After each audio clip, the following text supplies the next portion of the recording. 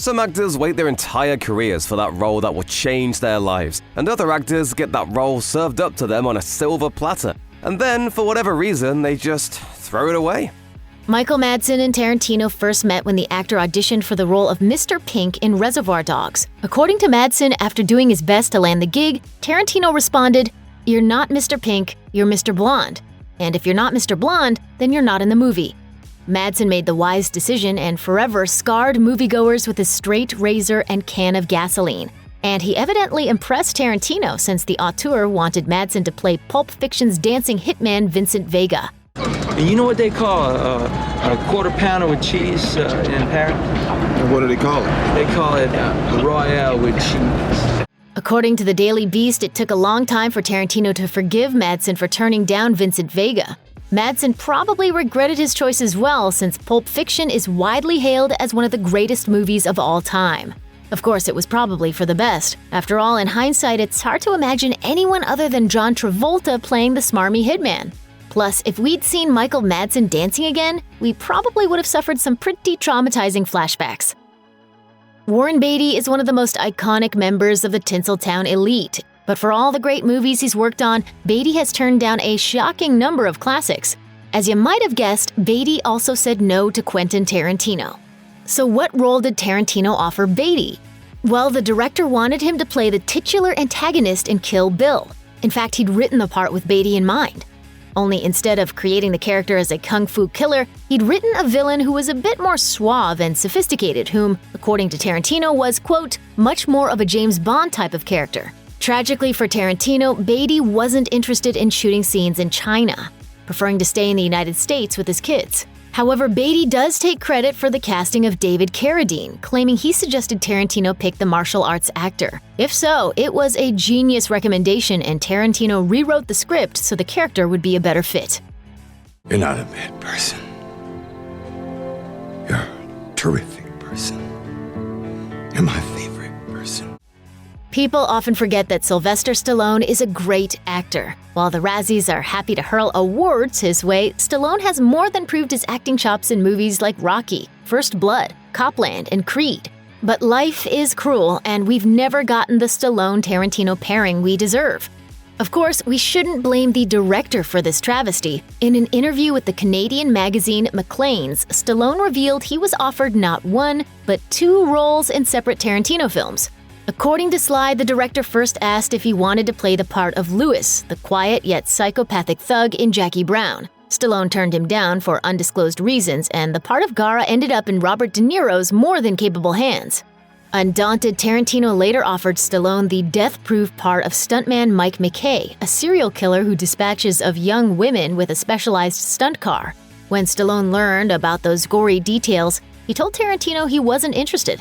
He explained to Maclean's, "I have 2 daughters, and this fellow, his hobby is putting teenagers in his car and smashing them into a wall. That's not going to work." Instead, the part went to Kurt Russell, who, after coming off movies like Miracle, Sky High, and Dreamer, was probably overjoyed to wreak a little mayhem. This car is 100% death-proof. Only to get the benefit of it, honey, you really need to be sitting in my seat. Imagine, if you will, a world where Leonardo DiCaprio played Colonel Hans Landa. You can't, can you? It's practically impossible to see anyone other than Christoph Waltz portraying the bingo-loving monster. But according to MTV, Tarantino originally considered giving DiCaprio the part before choosing to go with someone who could speak German. Tarantino also thought about giving the role of Bridget von Hammersmark to Nastasia Kinski, and he considered both Simon Pegg and Tim Roth as possibilities for the part of Lieutenant Archie Hickox. However, for one reason or another, those actors all fell by the wayside, and the roles went to Diane Kruger and Michael Fassbender, respectively. But here's the weirdest casting tidbit of all. Once upon a time, Tarantino wanted Adam Sandler for the role of Sergeant Donnie Donowitz. At first glance, the idea seems ridiculous, but despite movies like Jack and Jill, Sandler really is a skilled actor who can do good work if he puts his mind to it. And if you've seen Punch Drunk Love, you know he can certainly smash a restroom. Hoping Sandler would trade his tire iron for a baseball bat, Tarantino made the character a Bostonian because, as he explained to Howard Stern, Sandler does a great Boston accent. But alas, Sandler dashed Tarantino's dreams when he signed on to do Funny People. Instead, the part went to Eli Roth, who did a bang-up job. If Adam Sandler can't beat up Bob Barker, then he probably isn't ready for the Third Reich just yet. I think you've had enough. No? Now you've had enough. You've probably heard that Will Smith opted to stay on the sidelines when the Wachowskis offered him the part of Neo in the Matrix series. But you might not have known that when Tarantino came calling, he couldn't convince the actor to say yes either. Tarantino wanted Smith to play the part of Django in his spaghetti western Django Unchained. According to a 2015 interview with The Hollywood Reporter, Smith, quote, wanted to make that movie so badly, but he turned it down because, in his opinion, it had to be a love story, not a vengeance story. Violence begets violence. I just couldn't connect to violence being the answer. Love had to be the answer. That certainly sounds nice, and perhaps Tarantino's penchant for bloodshed really did affect Smith's decision, but if you go back to 2013, you'll see Smith gave a very different excuse for why he passed on Django Unchained. According to an interview with Entertainment Weekly, he turned down the role because it wasn't big enough. He felt Christoph Waltz's Dr. King Schultz was actually the main character, especially since it's Schultz who shoots the film's big bad guy. This didn't sit well with Smith, who tried to convince Tarantino to change things up. As Smith put it, quote, I was like, no, Quentin, please, I need to kill the bad guy. Sounds a little different than violence begets violence, eh? I like the way you die, boy.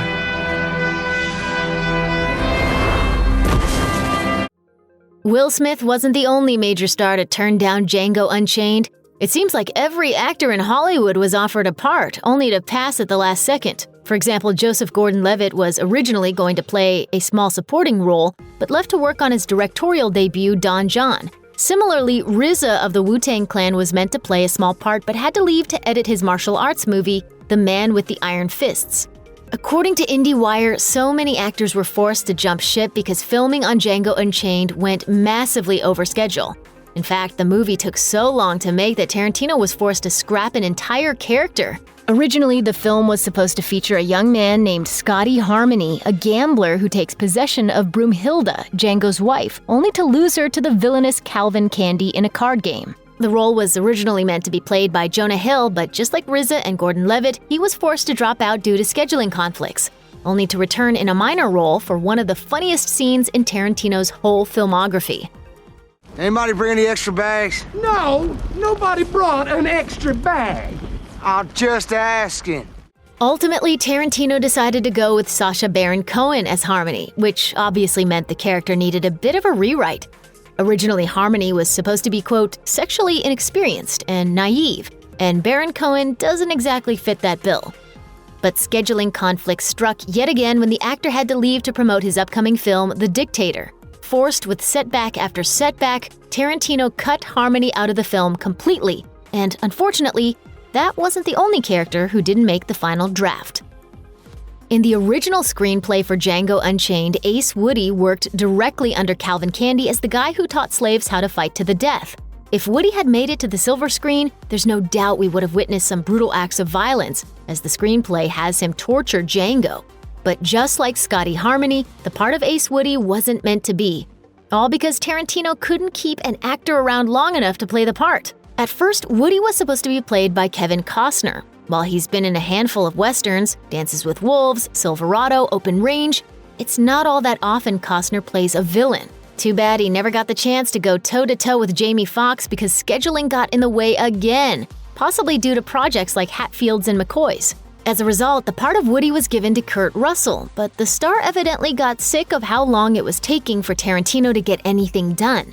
Allegedly, Russell left the project in frustration. Once again, Tarantino was forced to erase one of his characters, but since he had a lot of good dialogue lying around, he decided to give those extra lines to Billy Crash, the villain played by Walton Goggins. And while Costner and Russell would have been great as Ace Woody, we really can't complain. The more Goggins, the better. While Viggo Mortensen has committed his fair share of on-screen bloodshed, be it against orcs in Lord of the Rings or mobsters in Eastern Promises, somehow the actor and Tarantino have never gotten together, though it's not for lack of trying. In an interview with Grantland, Mortensen revealed he actually auditioned for 2 parts in Reservoir Dogs, and while he doesn't remember which roles he tried out for, he did try to play one as Hispanic. Tarantino decided to pass on the actor, but a few years later the situation was reversed. This time the director was interested in having Mortensen play, quote, a ruthless gang leader in The Hateful Eight. As there's only one gang leader in the film, it's safe to assume Tarantino wanted Mortensen to play the ruthless Jody Domergue. Unfortunately, Mortensen had to skip on the French lessons as he was busy promoting two smaller films he'd recently made, Hauha and Far From Men. Mortensen told Grantland, "I knew as a producer and an actor that I needed to do that for those movies to have a chance to be seen. Tarantino wanted to start shooting at the end of the year and do rehearsal before that, and I just couldn't do that schedule-wise." The role eventually went to Channing Tatum, and the actor pulled it off with psychotic charm to spare. If you was a cat, what just happened here would count as one of your 9 lives. When writing the screenplay for The Hateful Eight, Tarantino had an actor in mind for every single character except 2. He wasn't sure who would play Bob, though the role went to Demian Bichir. And he didn't know who was going to play the female lead, Daisy Domergue. While pondering his predicament, Tarantino considered Jennifer Lawrence for the part, and he even met with the actress to discuss the possibility of her squaring off against Samuel L. Jackson. However, as Tarantino explained, Lawrence was working on Joy and promoting The Hunger Games: Mockingjay, Part 2. In other words, she was swamped and couldn't spare any time. While he was probably disappointed at first, Tarantino eventually decided Lawrence probably wasn't right for the part. He told Entertainment Weekly, "I'm glad I didn't cast somebody that young. I think I absolutely positively made the right choice as far as the ages of the characters." Instead, the director went with an older actress, 53-year-old Jennifer Jason Leigh, who earned an Oscar nod for her sinister performance as the calculating outlaw. Before Emilia Clarke gained international fame as Daenerys Targaryen, Tamsin Merchant was originally cast as the Mother of Dragons for the show's original unaired pilot. The first version of the pilot was, according to showrunners D.B. Weiss and David Benioff, a massive problem, and 90% had to be redone. We had this great opportunity when HBO decided to pick up the series, despite all the problems with the pilot. We got a chance to go back and rewrite it. When HBO reshot, Merchant dropped out of the project for unknown reasons and moved on to Salem, opening the door for Clarke to take over. Merchant wasn't the only original Game of Thrones star to walk away after its early problems. Pride and Prejudice star Jennifer Ehle was also in the original pilot, playing Catelyn Stark, but she too walked away after the first take spelled trouble, due to unavailability for the reshoots. She went on to star in films such as The King's Speech, The Adjustment Bureau, and Zero Dark 30. She also nabbed a part in the television series A Gifted Man, so her career hasn't really been hurt by her decision to skip out on the role that ultimately went to Michelle Fairley. Another actor featured in the original pilot who had to drop out was Jamie Campbell Bower. The Twilight and Harry Potter actor was originally cast for the role of Night's Watchman Waymar Royce in the scrapped pilot, but became unavailable once reshoots were scheduled. Around the same time, the actor was starring in the small screen series Camelot and readying for a lead role in The Mortal Instruments, so he was replaced by Rob O'Sleary. It might not have made much of a difference for his career anyway, since Royce was killed in the show's opening scene. Maybe that was an omen? Given his impressive resume, Scottish actor Brian Cox might seem like a good fit for one of the Seven Kingdoms, and somebody on the show must have agreed. He admitted he was once offered a role early on but turned it down over the lack of loot. He told Vodzilla, "Stupidly, I turned it down in the early days because they didn't pay enough money. Now they have more money. And I was silly. It was silly because I'm a complete addict now." Cox admitted that he regrets missing out on his chance, especially since it's featured some of his old friends. While it's not quite known which Game of Thrones role Dominic West was originally courted for, many suspect the Affair star may have been asked to appear as Mance Rayder, the former Night's Watchman who became known as the King Beyond the Wall for his affiliation with the Free Folk. Whatever the role, though, West told Huffington Post in 2012 that he had to decline the lovely part because of family obligations. Quote, "I was offered something on Game of Thrones, and unfortunately, I hadn't seen it. But my nephew and his father said, 'Gosh, Game of Thrones is the only great show on.' And I felt terrible because I just turned them down. It was a lovely part, a good part. I'm going to regret it. My problem is I've got 4 kids, and at the moment, I'm reluctant to be away from home for a long time. I can get a lot of work in London and still be at home." X-Files star Gillian Anderson also had to say no thanks to a chance at Game of Thrones due to her obligations as a parent. She told Stylist magazine in 2013, quote, "Whether it's Game of Thrones or Downton Abbey, my 18-year-old cannot believe I've turned down things she loves. But with a 4- and 6-year-olds, I can't justify spending that kind of time away from home unless I'm working with Martin Scorsese." While Anderson didn't share which role she might have been offered, many speculate that, due to her famous red locks, she may have been a match for Melisandre the Red Witch. There is someone I work with I like. His name is Jon Snow, but I'm not really sure he's the right guy. Why not? I'm pretty sure he's dead.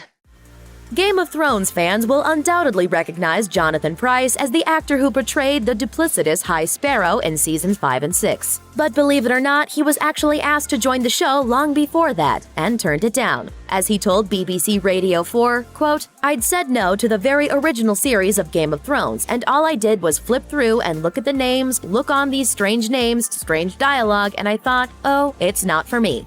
What changed his mind, he said, was the High Sparrow's personality and presence. Quote, "High Sparrow, it's a great character. He comes into the story. Everyone's well established, the goodies and the baddies, and they're all baddies in some shape or form. And High Sparrow comes in as again quite relevant because of the Pope, who presents himself as a man of the people who'll get down washing their feet and stuff. Yet he is this incredibly powerful figure who has the wherewithal to dispense justice."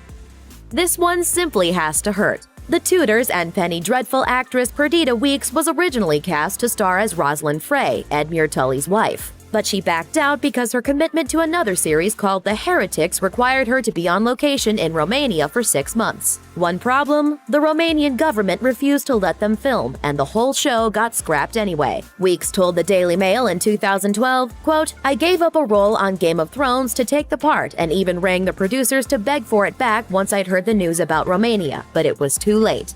The role was ultimately played by Alexandra Doling, although Weeks might not have missed out on much. The character has appeared in just one episode and was notably absent when her husband returned in season 6.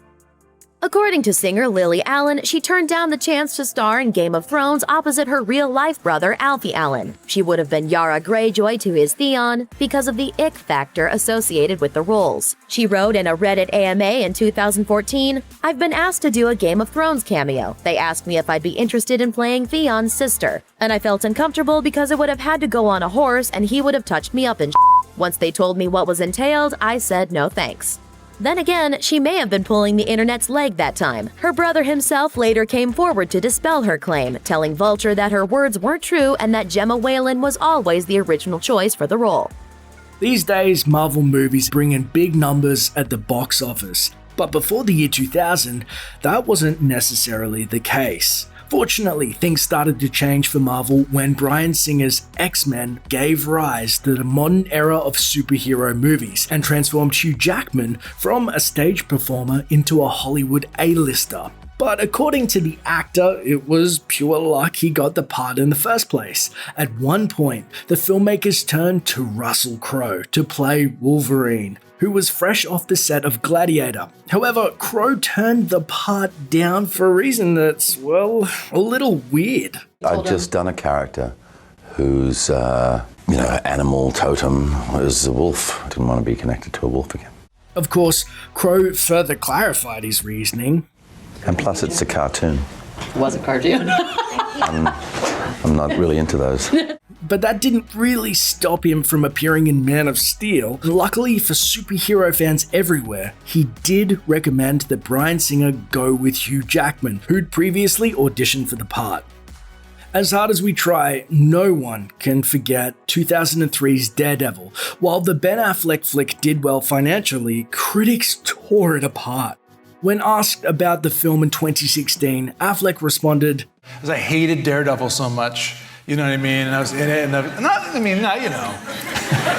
did okay, don't feel bad for me." Turns out that Affleck could have been spared all that embarrassment if his best friend had accepted the role first. Matt Damon was offered the part of Daredevil, and it was a pretty tempting deal, since Damon and Affleck considered Daredevil to be their favorite superhero. But when Damon was approached with the project, reportedly, he just wasn't impressed with the script or familiar enough with the director. Affleck couldn't say no, and has come to regret that decision.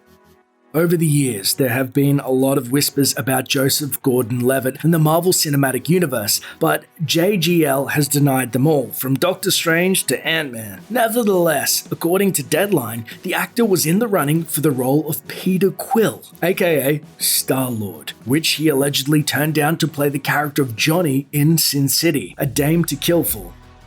When Deadpool hit theaters in early 2016, moviegoers went wild for the film's raunchy humor and bloody shootouts. X-Men Apocalypse, on the other hand, wasn't quite so successful, limping away from theaters with a Rotten Tomatoes score of 48%.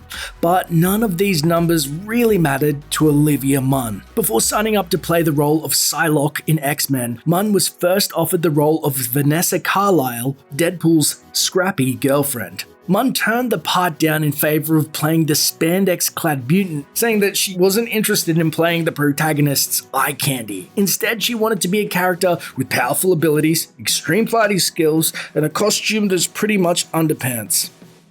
It was a coup for Marvel's movies when award winner Anthony Hopkins agreed to join the MCU as Odin, Thor's father and king of Asgard. While he seems like an obvious pick for the role, he wasn't the only actor in the running for the All-Father. In an interview with The Guardian, Mel Gibson explained that he was asked to play Odin, but as he succinctly put it, "I didn't do it." At first glance, the action star seems like an odd pick to play the stately Norse god, but with a solid background in Shakespearean theatre, Gibson probably would have felt comfortable with Odin's aristocratic dialogue. Of course, with all the controversy surrounding the actor, it was probably best for the MCU that Gibson turned down the part.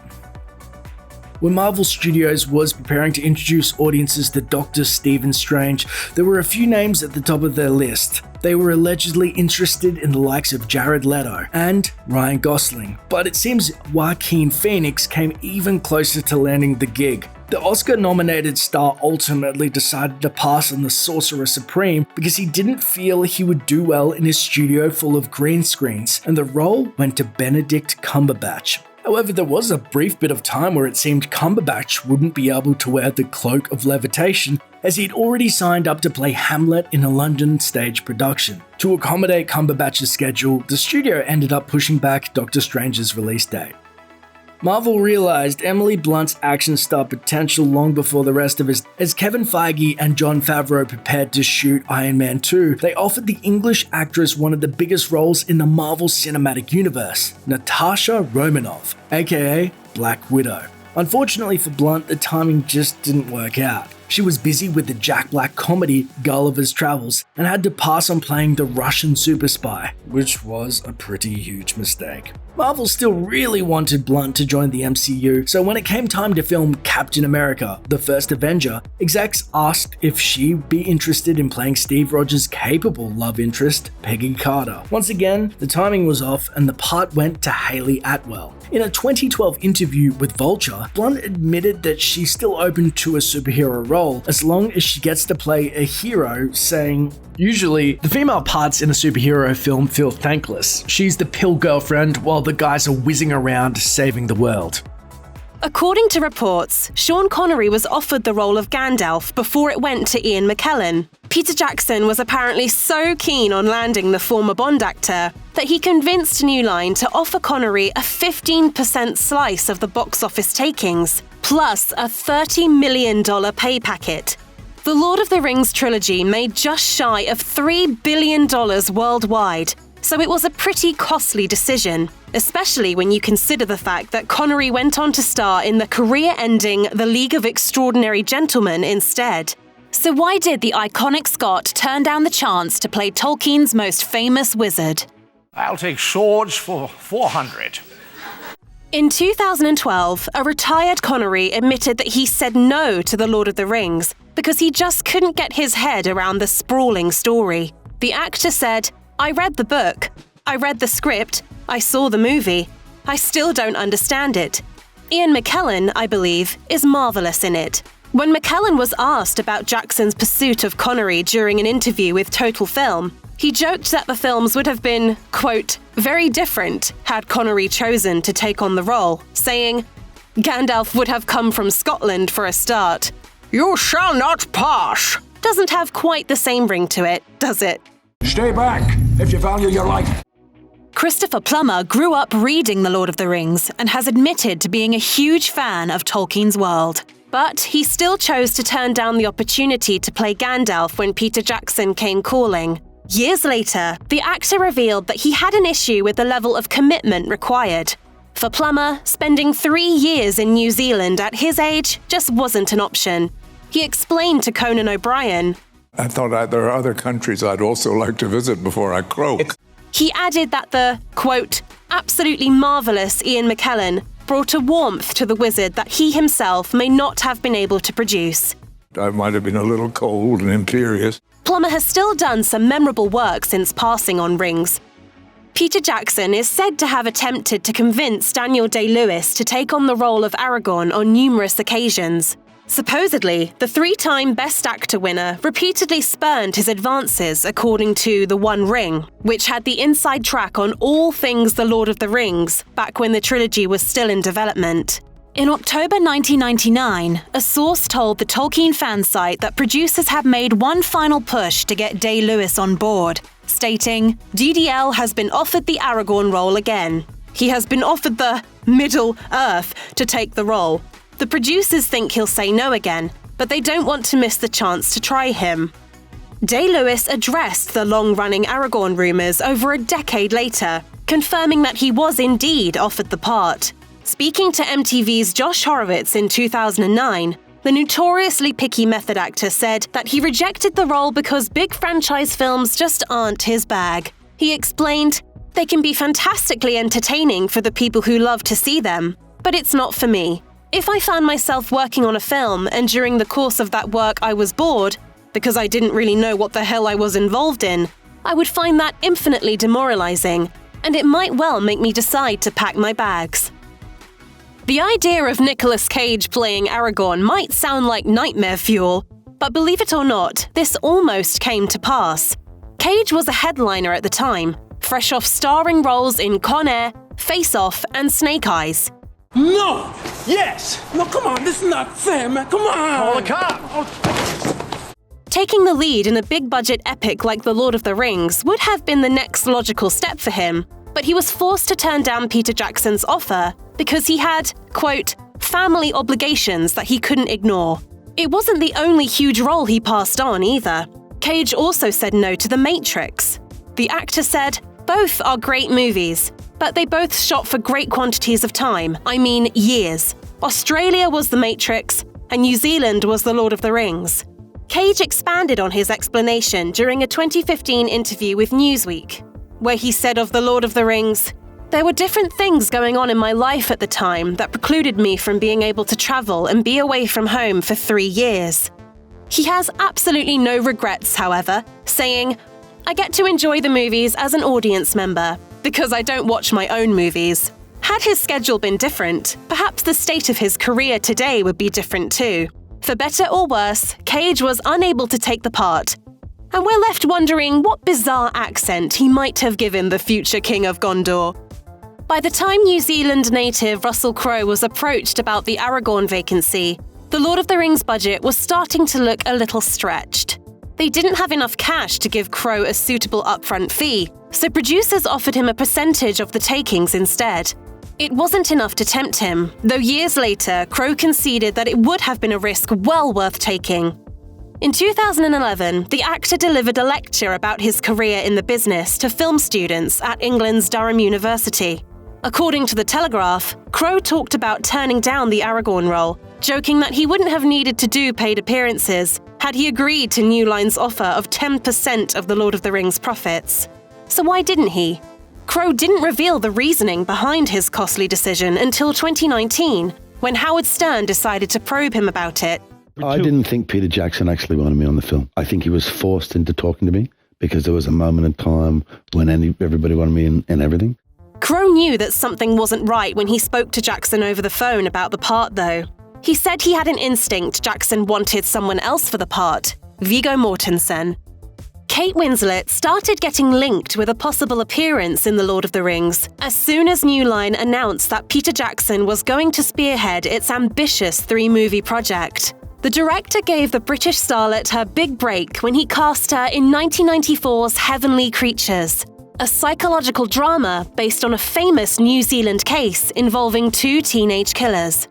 By the time Jackson started casting for The Lord of the Rings, Winslet was a huge star, having been nominated for Academy Awards in the Best Supporting Actress and Best Leading Actress categories for 1995's Sense and Sensibility and 1997's Titanic, respectively. She had her pick of projects at the time, and The Lord of the Rings just wasn't appealing enough. Winslet was reportedly offered the role of Rohan shield maiden Éowyn, but she had some commitment issues, according to an email allegedly written by former New Line Cinema president of production, Michael DeLuca. The supposed email, which was forwarded to the Lord of the Rings fan site The One Ring by an inside source, read, "Winslet's unavailable, I'm afraid. I think she passed on the project due to the length of time it takes." Some people might view that as a gross error of judgment on Winslet's part, but her career didn't suffer as a result. Uma Thurman certainly has a high fantasy look about her. It's easy to imagine the actress as Galadriel, but that's not the part that Peter Jackson had in mind for her. The director wanted Thurman to play Éowyn, the same character that Kate Winslet was approached about. Thurman also turned the part down, though unlike Winslet, it wasn't just a time issue. She and her then-husband Ethan Hawke had just welcomed their first daughter Maya when the offer was made, presenting the new mother with a difficult choice. In the end, Thurman decided to put family first and reject Jackson's overtures, though she later admitted that the decision still haunts her.